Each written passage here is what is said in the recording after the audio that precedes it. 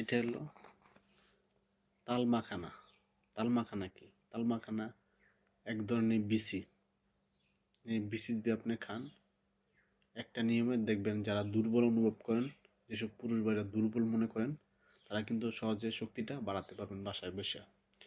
এদের মনে করেন শুক্রাণুর পরিমাণ কমে গেছে, অনেক পুরুষ ভাইদের শুক্রাণুর পরিমাণ কমে গেছে, তারা সহজে আপনার শুক্রাণুর পরিমাণ সহজে বৃদ্ধি হবে। এদের নারী এবং পুরুষের প্রজন্ম ক্ষমতা কমে গেছে, প্রজন্ম ক্ষমতাটা সহজে বৃদ্ধি হবে, প্রচুর পরিমাণ আপনার শরীর শক্তি পাবেন। আর বিশেষ করে যারা ডায়াবেটিস বেশি, তার ডায়াবেটিসটা সহজে কন্ট্রোল থাকবে এবং উচ্চ রক্তচাপ নিয়ন্ত্রণ থাকবে। আর বিশেষ করে অনেকে দেখবেন খাবার খেলে হজম হয় না, এই হজম শক্তিটা বৃদ্ধি হবে এই তালমাখানা খেলে। তালমাখানা সকল মানুষই খেতে পারে, কোনো পার্শ্বপ্রতিক্রিয়া নাই।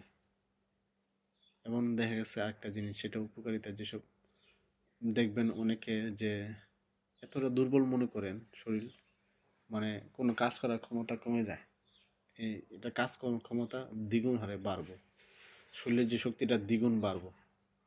কোনো কারণে শরীর শক্তি কমে গেলে এটা দ্বিগুণ হারে বৃদ্ধি হবে। বিশ্বাস না করলে আপনি খেয়ে দেখেন 5 দিন দেখার পরে বুঝবেন, খাওয়ার পরে বুঝবেন যে আগের থেকে দেখবেন শরীরে পরিবর্তন হবে, দ্বিগুণ হারে আপনার শরীরের শক্তিটা বৃদ্ধি হবে। অনেকে বলেন ভাই খালি শক্তিটা ধরে রাখা যাবে, হ্যাঁ, আপনার সহজে আপনার শরীরের শক্তিটা ধরে রাখতে পারবেন 60-70 বছর। আর এরা পাতলাকে ঘন করে, ঠিক আছে, পাতলাকে ঘন করে অনেক সময় পাবেন, সহজে যে কোনো কাজ আপনার সহজে করতে পারবেন, ঠিক আছে। অনেকে বলেন ভাই এটা কীভাবে খামো, এটা খাওয়ার নিয়ম কি?